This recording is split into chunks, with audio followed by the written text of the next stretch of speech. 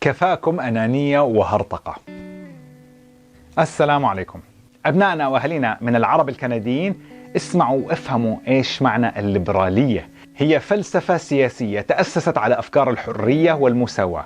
الحرية قبل المساواة. الليبرالية والحرية مصطلحان يجهل العديد من أبناء الجالية العربية معناها الحقيقي. فمن أساسيات الليبرالية أنك يمكنك أن تعبر عن رأيك بكامل الحرية. لهذا السبب ترى اليوم رئيس الوزراء الكندي جاستن ترودو في العديد من الفعاليات يتم مقاطعته من المعارضين لسياسته وبيعايروه، ولهم كامل الحرية في إبداء رأيهم. هذه هي قيم الحزب الليبرالي.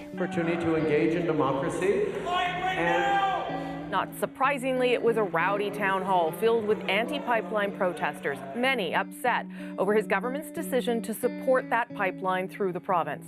You don't have to respect me. You can not vote for me next time. That's no problem. But you don't respect anyone in this room? Then I'm going to have to ask you to leave this room. If you don't. Trudeau tried over and over again to regain control of the room with limited success. Okay. Thank you. Okay. Part of that, the other part of, come on, really? Okay, this is it. المشكلة تكمن في عدم قدرة العرب اللي بيدعوا انهم ليبرال التأقلم على هذا الفكر واحترام الانتقاد والاختلاف في الآراء. فأنت اليوم لما تروح تكتب تعليق في انتقاد على الصفحة الرئيسية للحزب الليبرالي الكندي، طبعا الإنجليزي، وعلى صفحة رئيس الوزراء جاستن ترودو أو أي سياسي كندي، لا يتم حذف هذا التعليق أو عمل حجب بلوك لك عن الصفحة أو ما شابه، بخلاف صفحة الحزب الليبرالي العربي اللي قائم عليها مجموعة من أبناء الجالية العربية في مدينة مساساغا، لمجرد انتقادي لجاستن ترودو بأنه صرف 10 ملايين دولار خلال عام 2017 على السوشيال ميديا وعلى السيلفيز، وهو حقيقة تم نشرها وانتقادها من قبل الصحافة الكندية والأحزاب الأخرى. هذا الحكي ما راق للعاملين على صفحة الحزب الليبرالي العربي وانعمل لي بلوك.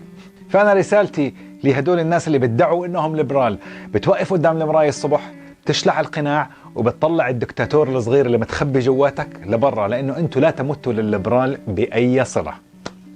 احنا نقلنا يا جماعة وتغربنا وقبلنا بالغربة وعنائها عشان نتمتع بفكر ديمقراطي ونكون احرار ونخرج من عبادة العباد لعبادة رب العباد. بس دائما منلاقي بعض ابناء الجالية العربية بيحاولوا نقل امور سلبية مثل تكميم الافواه، ممنوع تحكوا، ممنوع تنتقدوا، انتوا سلبيين، تبجيل الحكام، خصوصا بانهم بيعملوا جاهدين على انهم يصوروا الحزب الليبرالي بكافة اعضائه انه شمس كندا بتطلع من بدناش نحكي وانتوا الكرامة بتعرفوا من وين بتطلع.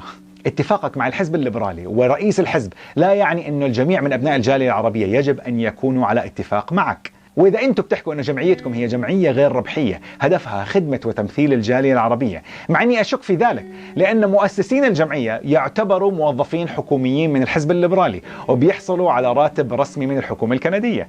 هذا يعني أنه أنتم بطلتوا محايدين وإنما أصبحتوا مطبلين ومسوقين للحكومة الليبرالية، بس بتنقلوا الصوت اللي في صالح الحزب وبتمنعوا أي صوت ينتقد الحكومة الليبرالية، وبتشتغلوا على منفعتكم الشخصية فقط باستخدام أسماءنا بأنكم بتمثلونا كجالية عربية، وهو في الواقع أنكم أنتم ما بتمثلوا إلا أنفسكم وبتحصلوا على راتب مقابل ذلك. صديق لإلي من أحد الناشطين في مدينة مساساغا الكندية نزل اليوم منشور على أحد المنصات العربية في كندا للنقاش بأنه من قبل كم يوم حضروا عشاء على شرف وزير الهجرة الكندي أحمد حسين، وكيف أنه الحضور العربي كان بسيط، 30 شخص من أصل 1100 شخص.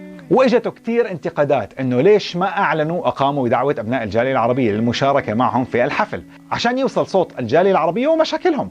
فهو رد حكى انه تواصلوا مع بعض ابناء الجالية العربية وانه في منهم لقوا انه سعر التذكرة 150 دولار كتير غالية وما حضروا، عشان هيك ما كملوا انه يستفسروا مع الناس. فانا رديت على هذا المنشور واني انا اتفق مع هذا الانتقاد، خصوصا انه لم يتم التواصل معي من قبلكم، وانتم تحديدا على علم باني حاولت الوصول لوزير الهجرة شخصيا لايصال العديد من الاقتراحات. صراحة انا شعرت بخيمة الامل منكم كمنظمة، واكد لي هذا التصرف من القائمين على جمعيتكم بانكم غير راغبين في ايصال صوت العرب، وانما همكم الاول والاخير هو وصولكم بأنفسكم.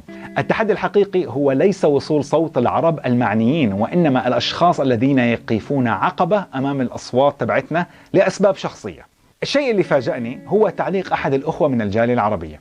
برد الأخ إنه في الحقيقة إنه لا أرى أنه صاحبك مسؤول حتى عن تبليغ أي منا بأي مناسبة أو حدث سيقوم به، وإن كان حقا يستغل جمعيته لتلميع نفسه فهذا حقه.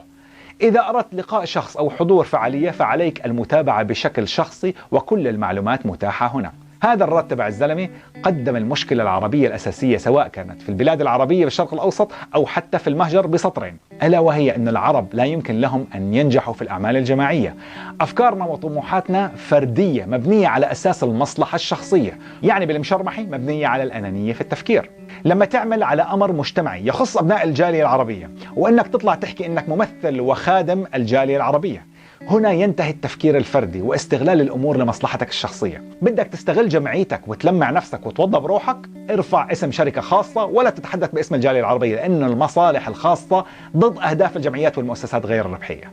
إذا كنتوا فعلا بدكم توصلوا صوت الجالية العربية فالواجب عليكم أنكم تقعدوا معهم وتحاولوا أنكم تبنوا حلقة وصل بينهم وبين الحكومة وأبناء الجالية العربية حتى يتم طرح المشاكل والنقاط اللي بتهمنا كجالية. غير ذلك ما تستخدموا اسمنا، لأنكم باختصار عم تمثلوا أنفسكم على حساب الجالية العربية.